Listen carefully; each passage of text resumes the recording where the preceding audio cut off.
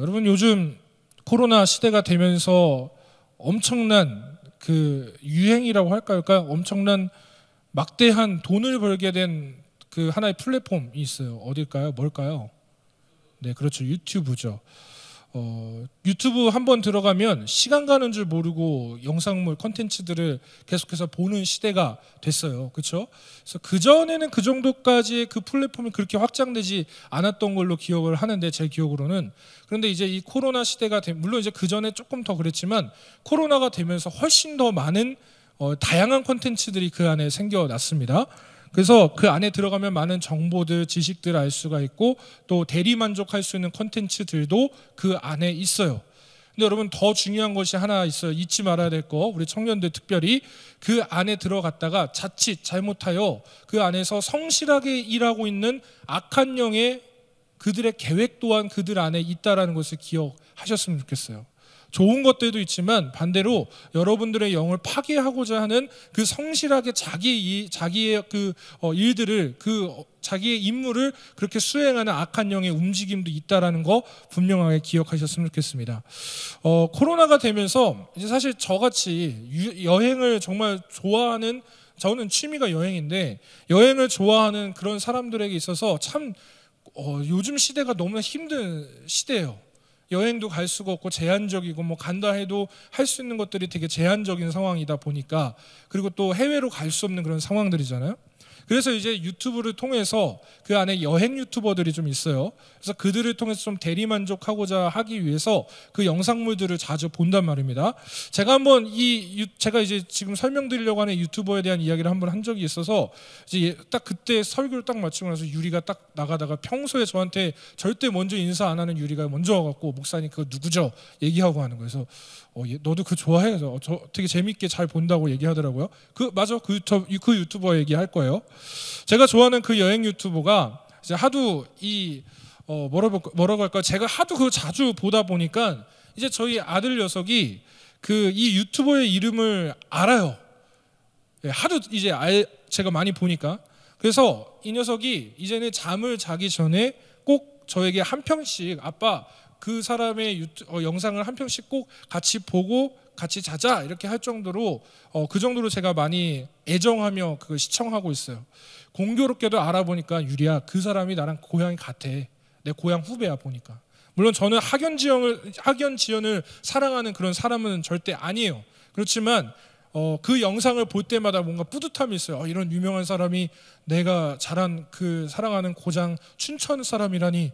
제가 그 춘천 사람으로서 자랑하는 인물이 한 명 또 있어요. 누군지 아세요? 넘버 7. 네, 세븐이 아니라 그의 넘버는 7번이고, 힌트를 드리자면 7번이고, 이 사람은 지금 정말 핫합니다. 월드 클래스예요. 네, 손흥민이 춘천 사람이에요. 모르셨죠? 그 춘천에 내가 나왔어, 내가. 요즘 내가 자뻑을 좀 많이 해. 미안해요. 자, 여러분, 이 춘천 사람의 유튜버가 코로나 이전에 1년 동안에 이 사람이 유라시아 지역을 여행하면서 한 편의 콘텐츠를 만드는 한 10분, 더 많게는 한 15분 정도 분량의 여행 영상을 그렇게 올려놨어요. 원래 이 사람의 계획이, 알고 보니까 이제 모든 대륙을 다 오가면서 세계 일주를 하려 했던 것이 그 사람의 계획이었던 것 같은데, 여행 도중에 갑작스러운 코로나의 사태를 경험하게 된 거예요. 그때가 이제 유라시아 지역 거의 끝판, 거의 이제 동남아시아부터 시작했고 쭉 돌아서 이제 그 러시아까지 가게 된 여정이었던 것 같은데, 그래서 이 코로나가 그 사람 걸린 게 아니고, 코로나가 시작된 그 시점에 이 러시아에서 여행을 중단하고 한국으로 돌아오게 되게 됩니다. 여러분, 제가 이 유튜버의 이 여행 영상 중에 가장 흥미롭게 봤던 나라가 있어요. 어디냐면 바로 중동 국가들이에요. 뭐 중동 국가 하면 여러분들 다 알고 계시는 그 석유도 빵빵 나오고 막 그런 곳 있잖아요. 거기입니다. 그 중에서도 이 사람이 사막, 그러니까 성경에 나오는 광야의 이 현장을 여행하는 모습이 여행으로 이렇게 영상으로 만들어져 있어요. 제가 아무래도, 왜냐하면 개인적으로 그곳에 가보지는 않았기 때문에, 성경에서는 계속 광야를 이야기하고 사막 지역을 이야기를 하는데 제가 가보지 않았기 때문에 좀 관심 있게 본 것도 있지만, 무엇보다 제가 왜 이 사람의 그 중동 여행기를 좀 더 재밌게 봤냐면, 이 중동 지역에 가니까 이 사람이 사실 자기는 아니라고는 하는데 제가 봤을 때 이 사람 되게 긍정적인 사람이야. 자기는 평소에 안 그런 사람이라고 하는데 여행할 때마다 뭐 그냥 머리만 누우면 자고 되게 긍정적이야. 근데 이상하게 이 사람이 이 유튜버가 이 사막 지역, 이 광야 지역을 여행할 때 그렇게 불평과 불만을 그렇게 쏟아내는 장면이 아주 인상 깊은 거야. 여러분 원래 남 고생하는 거 보는 게 제일 재밌어요. 그래서 이 사람 막 고생, 땀 뻘뻘 흘리고 너무 힘들어하고 막 죽을 것 같이 막 그렇게 고생하면서 불평하고 불만하고 이 모습을 보니까 이게 재밌는 거야. 이렇게 보는 입장에서는 아 진짜 얼마나 덥길래 저럴까, 얼마나 힘들길래 저럴까. 그런데 또 웃긴 건 포기도 안 해. 끝까지 가야 돼. 그렇게 이제 여행하는 그 모습들을 제가 보게 됐는데, 그리고 여러분 제가 이제 이 무엇보다 이 유튜버의 영상을, 여행 영상을 보면서 늘 느끼는 게 있어요. 그게 뭐냐면은 인생의 희노애락이 이 사람의 여행 영상에 담겨져 있더라고요. 그리고 생사화복에 대해서도 직접적으로 그 사람이 말하지는 않아요. 그냥 여행하는 모습을 보이고 있기 때문에.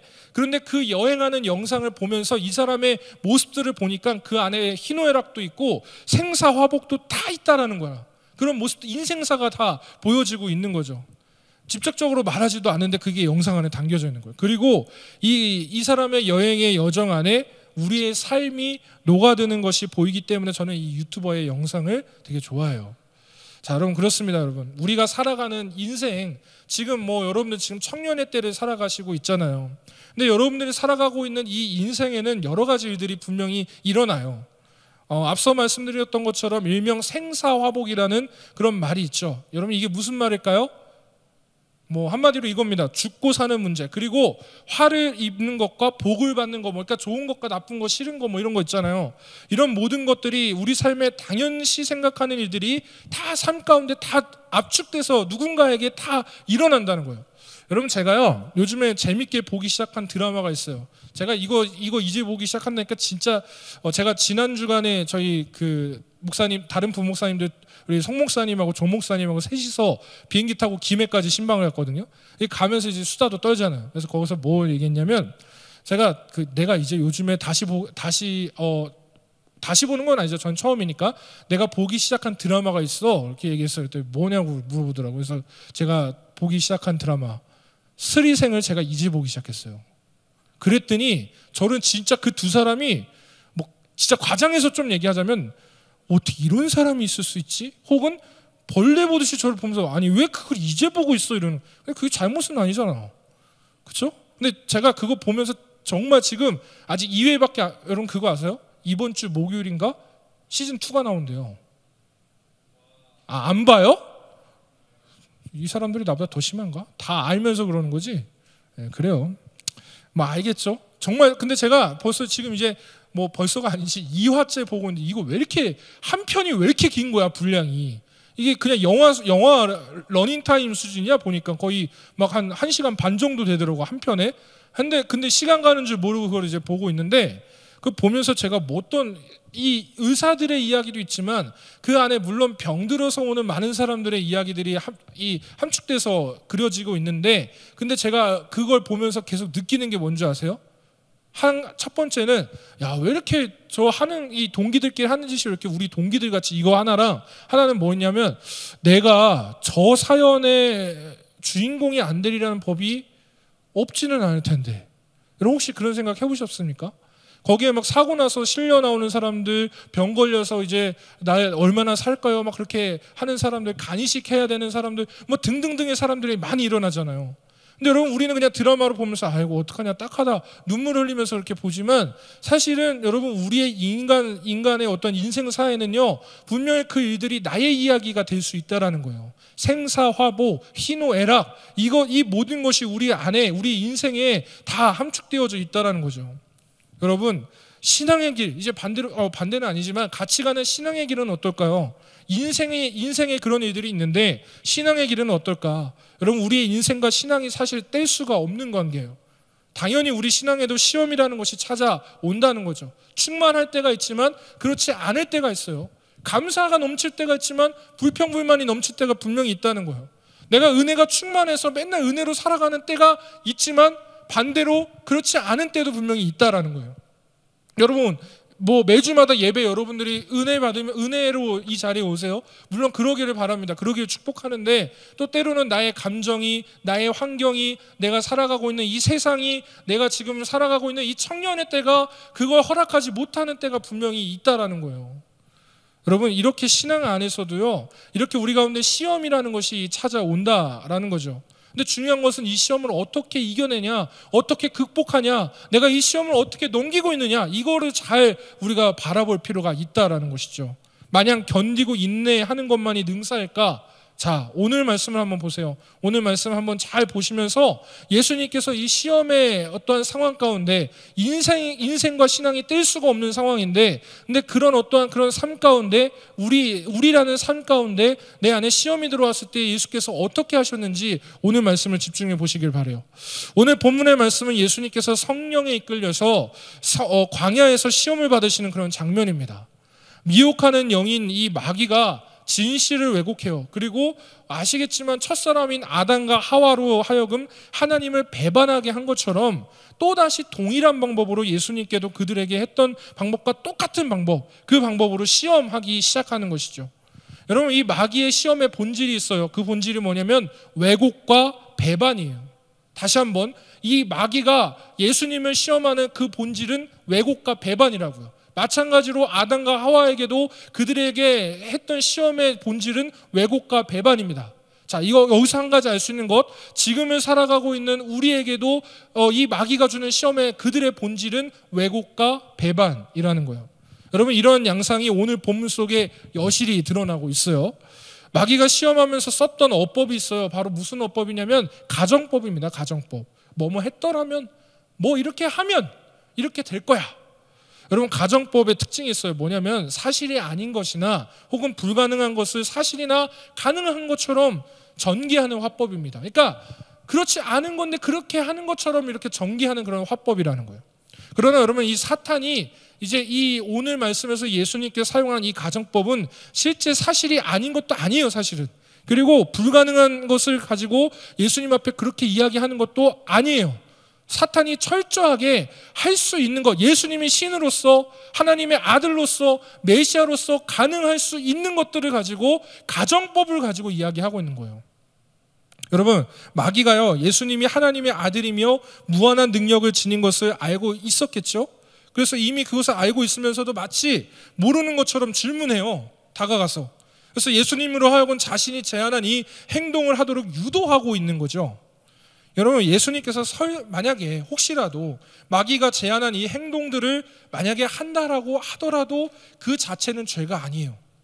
그러나 예수님은 여러분 아시다시피 유월절 어린 양으로서 겸손히 자신을 낮추시고 당신이 궁극적으로 이 땅에 오신 그 메시아의 사역을 감당하기 위해서 이 땅에 오신 분이거든요. 그렇기 때문에 당신의 능력을 자신의 어떤 육체적인 고통을 해결하기 위해 사용하시는 그런 분이 아니에요. 그러니까는 내가 십자가를 짊어지러 이 땅에 왔는데, 근데 마귀가 얘기한 것처럼 내가 하나님의 아들이고 메시아고 내가 능력 있는 신이니까 그래, 너 말대로 내가 능히 못하겠냐? 내가 한번 해볼까? 분명히 그렇게도 가능하신 분이라는 거예요. 그런데 주님은 십자가를 선택하셨다라는 것이죠. 여러분, 그뿐만이 아니라 당신의 사역의 방향을 왜곡해버리고 마는 그 결과를 끊기 위해서 여기서 절대 마귀에게 넘어가지 않아요.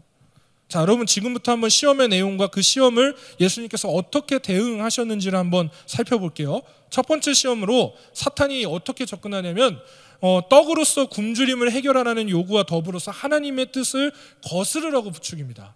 여러분, 예수님이 지금 어떤 상황이십니까? 40일 동안의 금식을 하셨어요. 여러분, 40일 금식 해보셨어요? 네, 해보신 적 없으시죠? 저도 안 해봤거든요. 혹시 한 3일은 해보셨을까? 3일. 저는 해봤거든요. 미치는 줄 알았어요, 진짜. 몇 고비가 오고, 정말 이 정신이 몽롱해지고 그냥 쏟아지는 게 뭐냐면 잠만 와요, 잠만. 그런 상황 가운데 이제 그 고비들이 있는데, 제가 실제로 저의 주변에 어떤 선배 목사님이신데, 나이가 이제 우리 담임 목사님보다도 나이가 많으신 분이신데, 이 목사님이 목사 안수를 좀 늦게 받으셨어요. 근데 그 목사님이 목사 안수를 받으시기 전에 하나님께 서원한 기도가 있어요. 그 기도가 뭐냐면, 예수님도 40일 동안은 금식하셨는데 내가 하나님의 종인 목사로서 서기 위해서 나 또한 예수님처럼 40일 금식하고서 죽으면 죽으리다 하고 내가 목사 안수를 받겠습니다 해서 기도원에 들어가셔서 40일을 금식을 하셨어요. 제가 이분한테 힘이 되어 드리려고 언제 이제 면회를 갔냐면, 이분이 금식하신 지 35일째, 이제 5일 남은 거야. 딱 5일 남았을 때 제가 그분한테 찾아갔고, 그때 제가 3일 금식을 같이 했어요. 나도 힘이 좀 되어 드리겠다. 그게 제가 그 당시 진수 형제보다 어릴 때입니다. 기특하지 않아요? 오늘도 자뻑 2번째 했어요. 자, 여러분, 근데 갔는데 제 몰골이요, 말도 마세요. 40일, 거의 40일 동안에 사람이 그냥 물만 마시고 그렇게 기도만 하신 분인데, 몰골이 말이 아니에요. 그냥 진짜 말 그대로 해골만 있는 것 같아. 뼈다귀 같아. 그래서 근데 다행히 그래도 이 영은 말짱하신 거예요. 영은 맑아요. 근데 제가 딱 가서 이제 가갖고, 그때 이제 목사 안수 전이시니까 전도사님이잖아요. 전도사님, 제가 힘이 되어 드리려고 저도 같이 금식하려고 제가 왔어요 하고 딱 들어갔는데, 이분의 반응이 뭔지 아세요? 나가, 냄새나, 그러는 거예요. 좀 약간 제가 좀 약간 소심한 A형이 있나 봐요. 제 안에 A형인데 소심한 마음이 있었는지 하여튼 잠깐 그 얘기 딱 듣고 멈칫했다가, 왜 그러세요 전사님, 그래도 제가 같이 기도해 드리려고 왔는데, 그랬더니 진짜 다시 2번째 나가, 냄새나, 그러는 거예요. 그래서 장난치시는 줄 알고, 왜 그러시냐고, 제가 왔는데, 그랬더니 이제 저 앉아보래요. 앉았더니 그분이 하시는 말씀이, 이게 금식을 자꾸 하다 보니까 그 세상의 냄새들을 구별하기 시작했대요. 그러니까 음식을 멀리하고 세상의 것들을 다 차단하고, 그분이 했던 게 뭐냐면 오로지 말씀만 보고 기도만 하시고 물만 마시고, 그리고 그냥 잠만 자고, 뭐 예배 있을 때는 기도원이니까 예배에 가서 드리고 기도하시고, 그것만 하신 거예요. 근데 이제 저는 금식하시는 이분한테 찾아간 저는 어때요? 세상의 거 다, 뭐 먹을 거 다 먹고, 뭐 세상의 거 즐길 거 다 즐기고, 그러고 이제 그분 만나러 간 거죠. 그러다 보니까 이분이 딱 만나니까 저한테 첫 번째 반응이 나가, 냄새나, 이거예요. 저를 미워해서가 아니라 그냥 그런 반응들이 자연적으로 나오기 시작하신 거죠. 자, 여러분, 제가 이야기를 왜 말씀드리냐면, 그 정도로 영적으로 민감해져요. 그리고 사람에게 있어서 먹는 건 정말 연약한, 우리 가운데 안 먹으면 죽잖아요, 우리는. 그렇죠? 못 마시면 죽는 거예요. 그 정도로 우리의 연약함을 내가 다 내려놓고 포기하고 내가 죽으면 죽으리다 주님 앞에 기도하는 그 순간들이 얼마나 예민한지 모른다는 거예요. 자, 그런 예수님에게도 동일하게 인격이 있으신 분이시기 때문에, 참 인간이시기 때문에 40일 동안을 굶으셨다. 그리고 그분은 광야에서 계속 생활을 하셨어요. 좋은 환경도 아닌 거예요. 자, 그런 상황 가운데 마귀가 부추기기 시작하는 거예요. 3절 보세요. 그 내용이 어떤지 3절 보겠습니다. 같이 읽을까요? 시작. 시험하는 자가 예수께 나와서 이르되, 내가 만일 하나님의 아들이어든 명하여 이 돌들로 떡덩이가 되게 하라. 여러분, 예수님의 권능을 당면한 이 개인적인 욕구 충족, 곧 어떻게 보면 이 굶주림에 대한 어떠한 해결을 하는데 먼저 사용함으로써 예수님이 이 땅에 오신 목적을 왜곡시키게 하기 위해서 사탄이 그렇게 유혹하기 시작하는 거예요. 중단하게 하려고. 너 연약한 거 있잖아. 너 지금 배고프잖아. 그리고 한마디로 이거죠. 그러니까 이런 유혹인 거예요. 그래, 당신이 메시아인 거 알겠어. 당신이 예수 그리스도 하나님의 아들인 거 우리가 알아. 인정해. 그런데 지금 배고프잖아.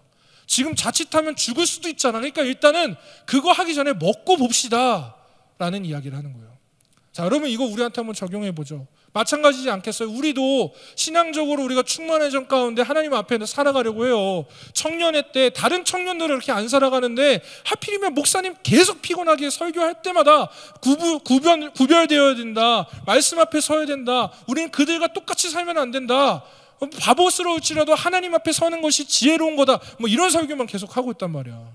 근데 이제 되게 막 그런 상황 가운데 있는데 마귀가 이야기하는 거죠. 여러분들한테, 야, 일단은 그거 인정해. 맞아. 그렇게 사는 거 맞아. 그거 아멘 하는 거 맞아. 그런데 중요한 건 지금 너가 급한 게 뭐야?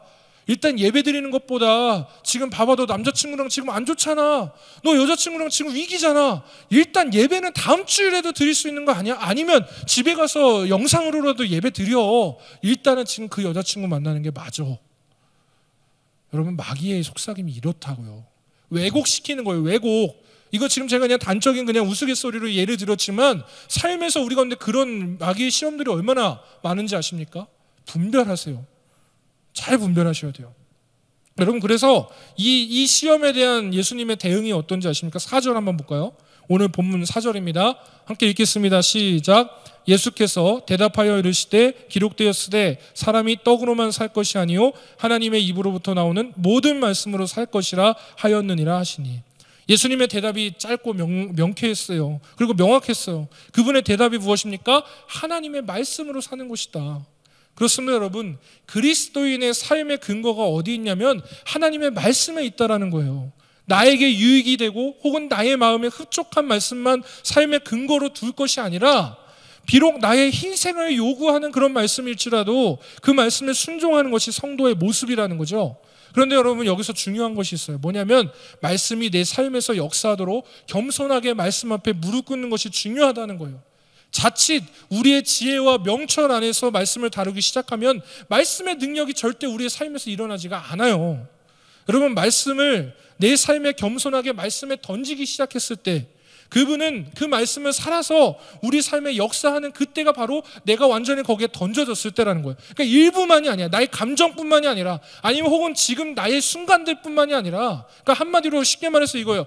예배드리는 이 순간만 던지는 것이 아니라 여러분들의 삶에서 고통스러운 삶을 살아가고 있을지라도, 정말 출근하기 싫은 그런 직장을 내가 다니고 있을지라도, 내가 살아가고 있는 이 가정이 너무나 어려운 상황일지라도, 나의 연인과의 관계가 지금 좋지 않을지라도 거기 안에서, 그 안에서도 말씀 안에서 내가 그 삶을 살아가기를 주님 원하신다는 거죠. 그게 말씀 안에 나를 던지는 거예요. 믿음으로 살아가는 것. 여러분, 그래서 사도 바울이 신약에 보면은 계속해서 전하는 말이 있어요. 뭐냐면 주 안에서 기뻐하는 것도 그냥 너의 감정으로만 기뻐하고 끝날 것이 아니라, 빌립보서 4장에서 뭐라고 말씀하십니까? 기뻐하라. 내가 다시 말하노니 주 안에서 기뻐하라. 그리고 에베소서에서 뭐라고 말씀하고 있습니까? 너희가 행하는 그 모든 것들이 주 안에서 행하라, 이거예요. 그것뿐만이 아니라 여러분, 목회 서신 모든 그 그리스도인들에게 던지는 메시지가, 사도 바울이 강조하는 것 중에 하나가 주 안에서 살라라는 거예요. 주님 안에서. 내가 주님 곁을 떠난 삶은 분명 내 중심, 나 중심이 되는, 그리고 이 세상의 중심이 되는 삶이 될 수밖에 없기 때문에 흔들릴 수밖에 없다라는 거야. 그런데 주님께서 사도 바울을 통해 말씀하시는 삶이 무엇입니까? 주 안에서, 즉 말씀 안에 나를 던지는 삶을 겸손하게 살기 시작하라는 거예요. 예수님은 그것을 말씀하시는 겁니다. 무엇보다 여러분, 이 땅을 살아가면서 하나님의 뜻이 어디에 있고 무엇인지를 알게 하시는 게 말씀이에요. 그러니까 만약에 예수님이 그냥 비록 어떤 신성이 있으시지만 그분은 인간이시기도 하기 때문에 그 인간의 연약함을 다 갖고 계시잖아요. 그런데 만약 그분한테 하나님의 말씀이 그분에게 없으셨다면 그분도 연약함을 따라서 선택할 수밖에 없는 떡을 집을 수밖에 없으셨을 거라는 거예요.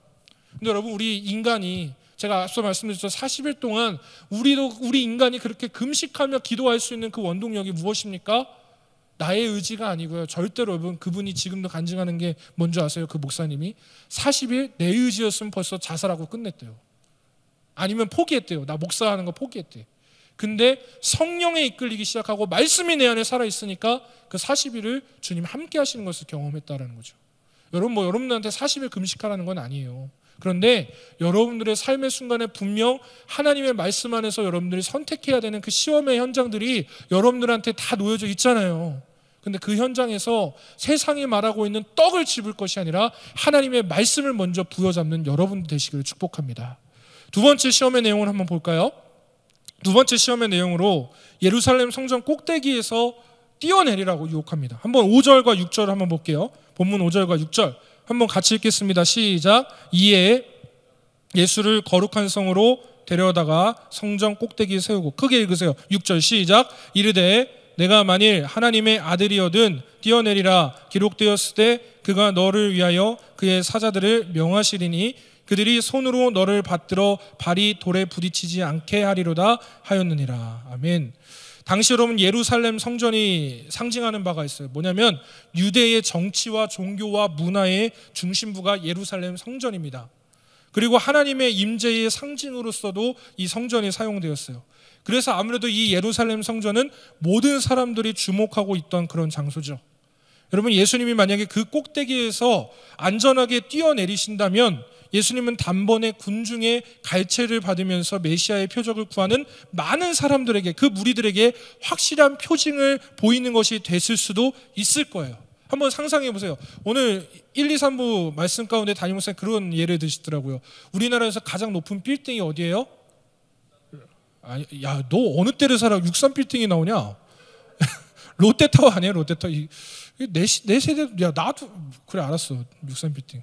롯데타워가 제일 높잖아요. 근데 만약에 거기서 어떤 사람이 뛰어내렸어요. 뭐 말도 안 되는 짓이지만 뛰어내렸는데 살았어. 그 사람은 엄청난 스타가 되지 않겠습니까? 이걸 얘기하는 거거든요. 여러분, 근데 이 사탄이 이 메시지를 이렇게 명한 이유, 이렇게 시험한 이유, 사탄은요 이러한 명예심과 허영심을 자극하며 예수님을 시험한 겁니다. 여러분, 사탄이 예수님으로 하여금 사람들의 기대에 부응하여 세상 속에서 영웅적인 삶을 살도록 유혹한 거예요. 근데 여기도 동일해요. 예수님, 당신 인정합니다. 그런데 당신은 스타가 되셔야 되지 않겠어요? 십자가로 끝나는 건 너무 허무한 삶이잖아요. 당신은 이 땅에서 당신은 왕이 돼야죠. 그러니까 이 많은 사람들이 존경하고 많은 사람들이 몰려들고 있는 이 예루살렘 성전 꼭대기에서 뛰어내려 보세요. 당신은 어차피 살잖아요. 이렇게 유혹하고 있는 거예요. 이런 이 영웅적인 삶을 이야기하는 것.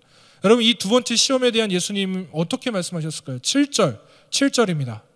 7절 같이 읽죠. 시작. 예수께서 이르시되 또 기록되었으되 주 너의 하나님을 시험하지 말라 하였느니라 하시니. 여러분, 이 말씀에서 예수님은 주 너의 하나님을 시험하지 말라라고 말씀하시죠. 여러분, 이것은요 하나님의 주권을 절대적으로 인정하는 예수님의 모습을 보여주고 있는 겁니다. 그러니까 메시아로서 이 땅에 오신 건 그분이 그분도 궁극적인 자신의 목표라는 거를, 목적이라는 걸 알고 계시잖아요. 그런데 이것이 나의 야망이 아니라, 나의 욕망이 아니라 하나님 아버지의 뜻이라는 것을 인정하고 그분은 주인이시고 나는 그저 그의 아들과 그의 종으로서 이 땅에 십자가를 짊어질 것이라는 것을 겸손하게 말씀하고 있는 거예요. 사실 여러분 생각해 보세요. 예수님이 강한 존재일 수 있지 않았겠습니까? 그렇기 때문에 제가 늘 봤던, 아직도 기억에 남는 제 친구가 카톡으로 보내줬던 이미지가 하나가 있어요. 뭐냐면 예수님이 완전 근육질 몸매가 돼서 이 십자가를 이렇게 뽀개는 거, 그 이미지를 저한테 보내주면서 야, 예수님 몸짱이라고 막 이걸 보내줬는데, 근데 여러분, 예수님이 진짜 그 말 그대로 그런 강하신 분으로 계실 수 있으시고 이 땅에서 그렇게 군림하실 수도 있으셨어요. 그런데 여러분 보세요. 여러분, 예수님께서요 이 사탄의 이 명예와 허영심들, 이 모든 것들을 간파하시고서 말씀하신 것이 주 너의 하나님을 시험하지 말라는 거예요. 그러니까 한마디로 여러분 이거 자칫 잘못 해석하면 너 나 하나님이야, 나 시험하지 마, 이게 될 수 있겠지만 이거 아니에요. 나를 이 땅에 보내신 하나님을 시험하지 말라. 나는 그저 그분의 종일 뿐이다. 그분이 나의 주인일 뿐이다. 그분이 나를 이 땅에 오게 하신 그 궁극적인 목적과 그 이유는 나는 분명히 알고 있기에, 나의 사명을 알고 있기에 그분의 영광을 위해서 나는 다시 한번 너에게 명령한다. 주 너의 하나님을 시험하지 말라. 여러분, 이 어떻게 보면 진정한 강함은 이 믿음 안에서 나오는 것입니다. 우리의 신앙의 진정한 강함은요, 내가 누군가를 이겼을 때 나타나는 것이 아니에요. 누구보다 신앙의 열수가 많기 때문에 내가 너보다 신앙의 선배야, 이걸 얘기하는 게 아니에요. 겸손할수록, 하나님 앞에 진정으로 나아갈수록 겸손해지고 누군가를 섬기게 되는 것 아니겠습니까? 마찬가지로 여러분, 예수님께서 그 모습을 직접 보이신 거죠. 자, 이제 마지막 세 번째입니다. 마지막 세 번째 시험은 사탄 자신은 사탄에게 경배하면 천하 만국과 그 영광을 주겠다라고 유혹하기 시작해요. 8절과 9절 보겠습니다. 본문 8절과 9절 같이 읽죠. 시작. 마귀가 또 그를 데리고 지극히 높은 산으로 가서 천하 만국과 그 영광을 보여 이르되 만일 내게 엎드려 경배하면 이 모든 것을 내게 주리라. 하나님의 구원의 계획이 여러분 십자가에 있어요. 그 십자가에서의 대속의 죽으심으로 인류를 죄 가운데서 구원하시고 그리고 부활하심으로 영광스럽게 하시는 것이 바로 그분의 구원의 계획이에요. 그런데 이 십자가의 고난은 사실 예수님께서도 피할 수만 있다면 피하고 싶으실 만큼 아주 힘든 그런 엄청난 고통이죠. 근데 마귀가 이 사실을 너무나 잘 알고 있는 거예요. 이 사실을 너무나 잘 알고 있었던 이 사탄은 예수님께 자기에게 경배만 하면, 너가 나에게 꿇으면 이 영광스러운 이 세상 모든 것을 너에게 줄 거야 하고 유혹하게 하고 있는 거죠. 그렇게 유혹함으로써 예수님으로 하여금 하나님을 배반하게 하고 구속의 역사를 완전히 좌절시키고자 했던 진짜 사탄의 유혹의 이유가 여기에 있는 거예요. 아까 말씀드렸죠? 이 사탄의 유혹의 본질이 뭐라고요? 왜곡과 배반이라고요. 여러분, 한마디로 이 사탄이 어떤 얘기 하는 거냐면 예수님한테 십자가 통과하지 말고, 십자가 짊어지지 말고 쉽게 영광을 한번 얻어봐라. 근데 그 조건이 있어. 바로 나한테 절하면 돼. 그러나 여러분, 우리 예수님, 유월절 어린 양으로 오신 예수님에게 있어서 이 십자가 없는 면류관은 생각될 수 없는 거예요. 예수님은 이 시험에 대해서 이렇게 말씀하십니다. 10절이에요. 본문 10절. 같이 1절 시작. 이에 예수께서 말씀하시되 사탄아 물러가라. 기록되었을 때 주 너희의 하나님께 경배하고 다만 그를 섬기라 하였느니라. 아멘. 예수님께서 여러분 이 마지막 시험을 궁극적인 메시아로서의 목적을 드러내시면서 승리하시게 됩니다.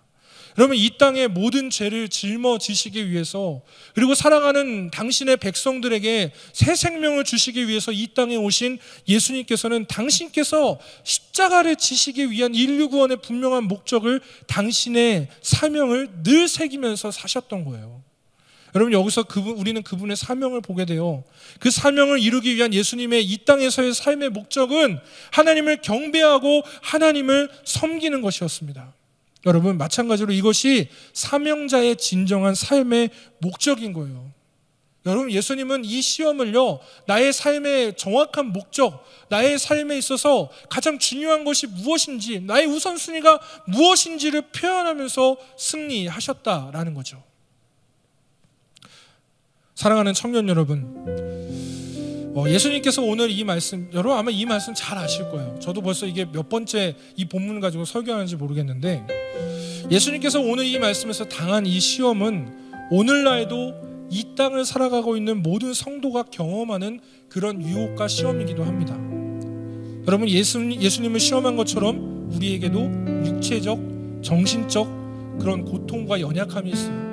그리고 사탄은 그걸 너무나 잘 알기 때문에 이 약점을 이용해서 우리를 하나님의 뜻에서 벗어나도록 유혹하죠. 그리고 세상의 영광을 믿기로 우리 가운데 하나님을 떠나서 나를 섬겨라, 혹은 아까 제가 말씀드린 것처럼 그래 너 믿는 거 인정해, 그러나 지금은 더 급한 게 있어, 지금은 너가 우선으로 해야 될 게 있어, 예수는 나중에 믿을 수 있거든, 예배는 나중에 드릴 수 있어, 근데 너 급한 거 있잖아, 너 지금 너한테 있어서 정말 중요한 시험이 있잖아, 중요한 상황이 있잖아. 그렇게 우리를 유혹한단 말이에요. 그런데 여러분, 예수님은 그 모든 시험을요 말씀을 통해 물리치시죠. 여러분, 이 말씀으로 이기셨다라는 것이 무엇입니까?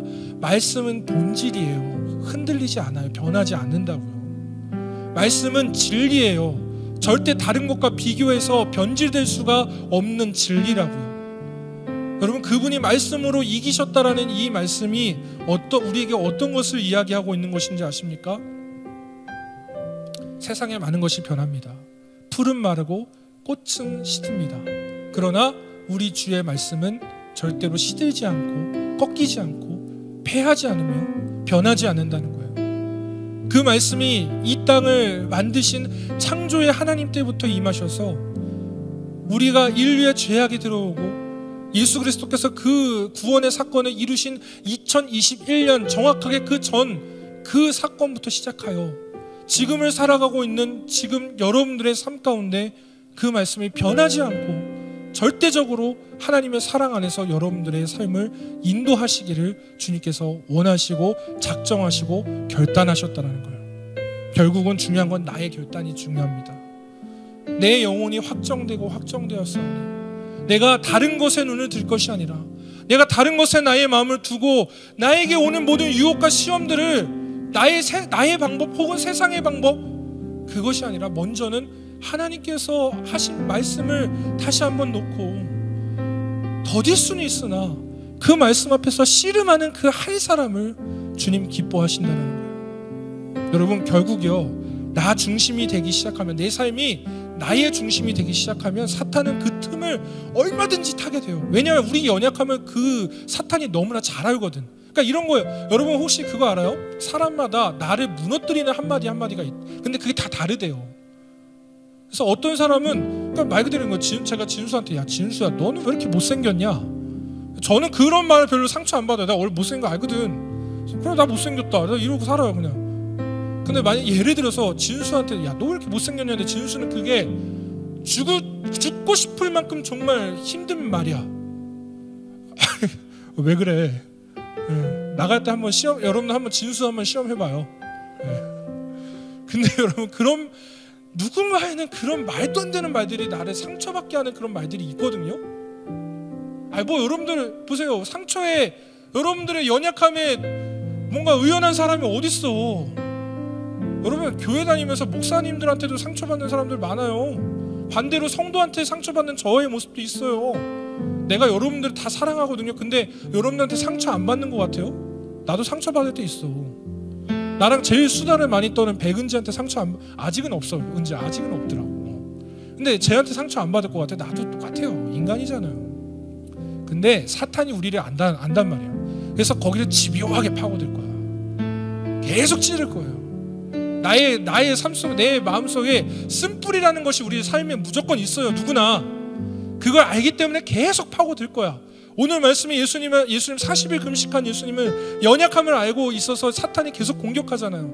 그리고 예수님 인정한다고요. 근데 그 연약함이 그 인간으로서의 연약함들을 계속 후벼 보는 거예요. 근데 여러분 그 모든 순간들에 내가 중심되어져 살아가고 있으면 우리를 흔들릴 수밖에 없는 흔들려 버릴 수밖에 없는 모습들이 우리 안에 있단 말입니다. 그래서 여러분 말씀이 없는 우리 마음의 자리에 잊지 말아야 할 것들이 자리 잡기 시작하는 거예요. 서운함들, 미워하는 마음, 시기하는 마음, 질투하는 마음, 진짜 생각해보면 별것도 아닌데 그렇게 상처 주는 그런 말들까지. 여러분 제가 제가 진짜 자동차를 되게 아껴요. 좋은 차든 나쁜 차든 내 차면 되게 중요해. 그래서 저는 제 차에 뭐 흘리는 거 되게 싫어하는 사람이에요. 근데 가족들이 생기고 나니까 차에 왜 이렇게들 내 맘대로 내 맘 같지 않은 거야. 그러니까. 근데 이제 하물며 제가 이제 제 차를 정말 어디 긁거나 제가 또 나름 1호차 운전병 출신이라 차 긁지 않는 거에 되게 예민해요. 되게 차를 잘 타야 돼. 근데 이제 저희 아내가 되게 초스피드로 제 예상보다 엄청나게 빨리 면허를 땄어요. 그래서 그러니까 저는 이제 한 1년 걸리겠지 생각했는데 몇 개월 안 걸리고 왜 이렇게 이 나라가 면허를 쉽게 주는 거야 막 이런 마음이 있었어요. 근데 이제 면허 따니까 저한테 뭘 요구하겠어요? 차 키를 요구할 거 아니에요. 갖고 와야지 나도 운전해볼게. 그래서 처음에는 좀 믿었어요. 그래서 그래 뭐 주자 해서 줬어요. 역시나 첫 운전 맞나? 하여튼 첫 운전 같은데 긁었게요? 안 긁었게요? 긁었어요. 담대하게 긁더라고. 자 그러고 나서 언제는 또 한번 이제 우리 최용준 전도사님 사모님 진하선 사모님인데 되게 친해요. 진하선 사모님이랑 교제하러 가겠다고 저한테 카톡이 제가 업무 보고 있는데 카톡이 날라왔어요. 자기 차키 가져가도 돼? 이 말은 뭐예요? 내가 그냥 이제는 당신 동석 안 하고 나 혼자 차 끌고 나가볼게 라는 거잖아요. 믿었어요. 그러니까 한번 해봐라 했는데 어떻게 됐을까요? 네, 대박 긁었어요. 대박. 진짜 제가 정말 너무 상심해서 제가 정말 화가 나면은 제 행동이 뭐냐면은 말을 한마디도 안 해요. 한마디도 안 하고 화도 안 내고 그냥 돌아서요. 그냥 진짜 그때 그 순간이 그랬어요. 그래서 저희 아내는 지금 사실 모르는데 제가 그때 너무 상심이 커갖고 여기 본당에 왔어. 본당에 와갖고 저 뒷자리에 앉혀갖고 그냥 기도를 막 하는 게 아니고 그냥 막 열받아갖고 씩씩대면서 앉아있었단 말이에요. 근데 그러고 나서 이제 막 마음이 막 열불이 나잖아요. 막 그런 일들이 있었으니까. 근데 그러고 나서 이제 나중에 제가 깨달은 게 있어요. 뭐냐면 물론 이제 많은 사람들이 이제 저를 위로한다시고 아유 큰 사고 안 난 게 어디냐 뭐 사람 안 다친 게 어디냐 막 이런 얘기 하죠. 위로가 안 돼요 사실. 왜냐면 저한테 저는 차를 되게 좋아해요. 옛날부터 차 이름도 막 다 외우고 막 그랬단 말이에요. 아기 때부터. 근데 막 그런 일들이 일어나니까 너무 막 상심되고 화가 나는 거예요.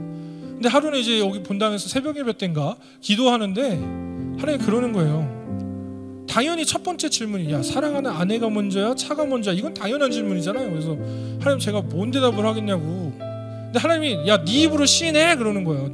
제 마음에 계속. 그래서 사랑하는 아내가 저한테 먼저죠. 이렇게 하나님 앞에 그렇게 대답하듯이 기도했어요. 근데 그러고 나서 하나님 또 저희가 어떤 마음을 주는지 아십니까? 제 곳곳에 제가 사랑하고 있는 하나님보다 더 사랑하고 있는 그 많은 것들을 통해 하나님이 시험하시는 것들을 보게 돼요. 그러면서 여러분 제가 나의 가치가 정말 본질이 아닌 것에 보세요. 저거 제가 100년만 년 타겠어요? 제 차 타다가 또 필요해서 뭔가 바꿔야 되면 다른 차로 또 바꿀 거 아닙니까? 그래서 물론 이제 저희 아내가 저도 위해서 예배 드리고 있는데 이 말이 저희 아내에게 이제 키 프리하게 줄 테니까 가지고 나가세요 이 말은 아니에요. 절대 아니에요. 아직은 아니에요. 근데 여러분 제가 드리고 싶은 말이 뭐냐면 제가 회개했어요. 그때 뭘 회개했냐면 여러분 제가 그렇게 사랑하고 아꼈던 그 모든 것들을 통해서 하나님께서 말씀하시고자 했던 것들이 무엇이냐면 너의 본질이 어디 있는데, 그러니까 주님은 저에게 너 아내 사랑하는 거 내가 모르는 거 아니야. 그거 알아. 근데 너의 본질의 마음이 어디에 있어? 본질이 차야 아내야? 여러분 무엇이 본질입니까? 변하지 않는 저의 아내가 저에게는 본질이잖아요. 하나님의 말씀도 마찬가지예요. 예수님은 오늘 그걸로 승리하신 거예요. 여러분 변할 거 가지고 자꾸 여러분들의 삶을 재단하려 들지 마세요. 변하는 거 가지고 여러분들의 삶의 길이를 자꾸 측정하지 마세요. 사탄은 계속해서 여러분들을 그렇게 청년의 때를 살아가고 있는 여러분들에게 남들과 비교해가면서 여러분들을 계속 시험하기 시작할 거예요. 그러면서 이야기하겠죠. 너 나한테 순종하면, 너 나한테 굴복하면 내가 저 사람보다 더 뛰어난 사람이 되게 해줄게. 근데 그 사람보다 뛰어나면 뭐 어떡할 건데? 그 사람보다도 더 뛰어난 사람들이 훨씬 많은데 여러분들은 그냥 여러분들이에요. 여러분들의 본질은 여러분들을 창조하신 하나님 앞에 있어요. 여러분 그렇게 악한 영이 여러분들을 계속 시험할 때 나는 본질로 이기겠다. 나는 말씀으로 승리하겠다. 오늘 말씀의 제목이 어떻게 이기겠습니까? 입니다. 여러분들 다시 기억하십시오. 말씀으로 승리하십시오. 본질로 승리하십시오. 본질로 승부하셔서 여러분들의 삶 가운데 그 말씀의 능력으로 승리하시는 우리의 모두의 삶이 되기를 예수 그리스도의 이름으로 간절히 축복합니다. 이 시간 함께 기도하겠습니다. 찬양하겠습니다. 이 시간 함께 결단하면서 우리 함께 찬양할 건데요. 네, 주님, 제가 주님의 뜻대로 살겠습니다. 내가 다른 유혹에 내가 계속해서 시달려 사는 것이 아니라 본질, 하나님의 말씀 붙잡고 내가 승리하겠습니다. 우리 이 시간 함께 자리에서 일어나셔서 함께 고백하며 찬양하며 또 함께 기도하도록 하겠습니다.